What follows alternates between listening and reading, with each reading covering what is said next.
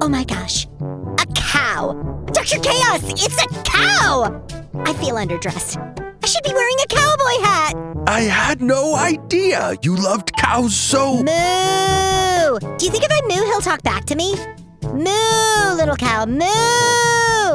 I just love cows, Dr. Chaos. They're so sweet and funny. And they're really smart, too. They are. I thought they mostly just stood around and ate grass.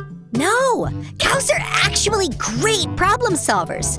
Researchers found that when a cow solves a problem, their heart rate increases out of excitement. Wow! They're just like me. I get so excited when I formulate a solution to a dilemma. Uh-huh. Anyway, cows also have unique personalities. They can feel bashful, anxious, excited, and even confident. I had no idea cows were so complex. Cows are really cool on a physical level, too. Did you know that they have 4 stomachs? Each stomach chamber helps them to digest tough food like coarse grass. Ah, yes. I did know that the creatures had a particularly fascinating digestive process.